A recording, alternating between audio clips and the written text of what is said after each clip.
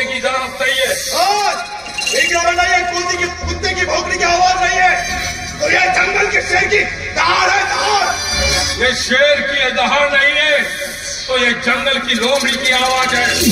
अरे लाकडाने भरलेला ट्रक तू पकडला, मी तुझ्या लाकडाने भरलेला ट्रक पकडला आणि तुझ्या नावाचा अरेस्ट वॉरंट सुद्धा घेऊन आलो.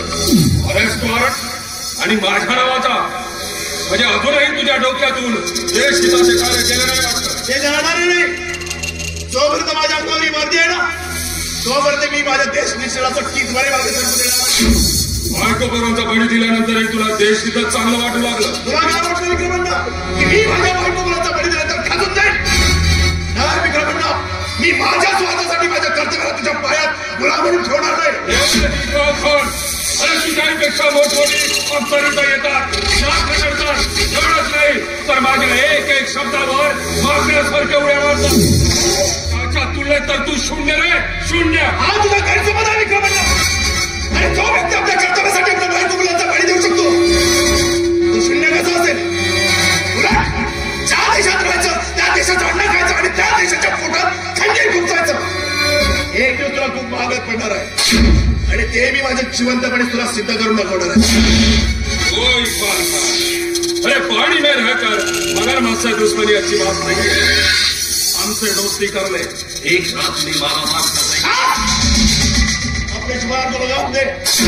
एक ईमानदार अफसर तो खरीदने की बात कर रहा. विक्रमण्णा, अरे पैसा तुझ्यासाठी सर्वस्व असेल, पैसा तुझ्यासाठी देव असेल, पैसा शिवाय माणूस जगू शकत नाही हे सूर्यप्रकाश इतकं सत्य असेल. म्हणून काय त्या पैशासाठी माणसाने स्वतःला या जगाच्या बाजारात विकून टाकायचा? नाही विक्रमण्णा, अशा नीत तत्वाची तडजोड करणारा इक्बाल खान नाही. अरे तुला आज मी शेवटची संधी देतो सुधारायची. ही हत्याने स्वतःच्या हातात घालायची आणि स्वतःला माझ्या स्वाधीन करायचं. सरकारी चिड़िया ऐसी कोई कड़ी नहीं बनी जो विक्रमण्णा के कलाई में आ सके. विक्रमण्णा है विक्रमण्णा. आजपर्यंत कुणासमोर झुकला नाही आणि आज तुझ्या समोर झुकणारही नाही. तू मला शरण्य कर, त्या बदल्यात तुला गाडी, बंगला, पैसा सर्व काही देईन मी तुला. विक्रमण्णा, जिसे खरीदने की बात करो एक इकबाल खान को. अरे इकबाल खान को खरीद सके वो अभी तब तक पैदा नहीं हुआ.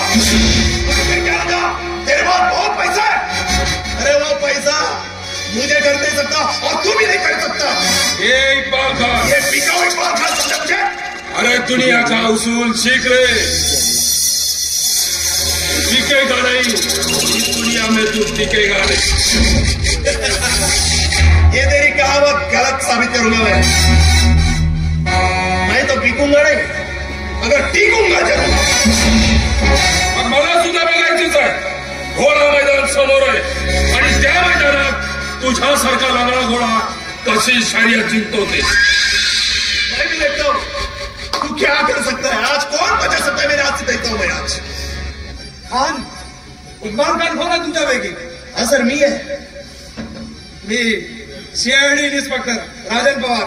Yes sir. आणि तुम्हाला अटक करायला लागलो. मला असं कळलं की तुम्ही ब्राऊन शुगरचा धंदा करता. नाही सर, एक खोटा आहे सर.